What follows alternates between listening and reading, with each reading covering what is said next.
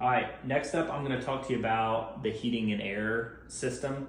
So each room, there's 3 rooms, has one of these remotes, and you can see the remote, it's set to heat in 65.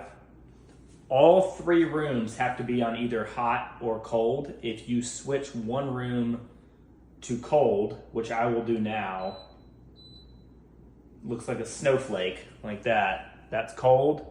The other 2 rooms are on heat.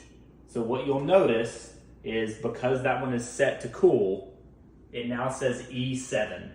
So that means there's an error. So all 3 rooms have to be on either hot or cold. So if I switch it now to heat, see the sun, now all 3 are on heat, and if you look back at the unit now, it also says 65.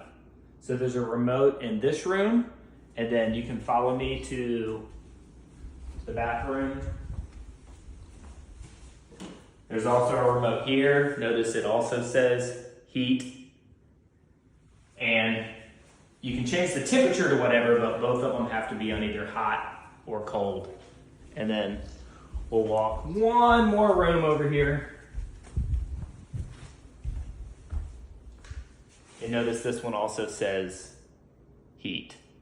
So all 3 rooms have to be on either hot or cold. That's a common question I get, is if one says E7, that means you accidentally switched one of the units to cold and not the other 2.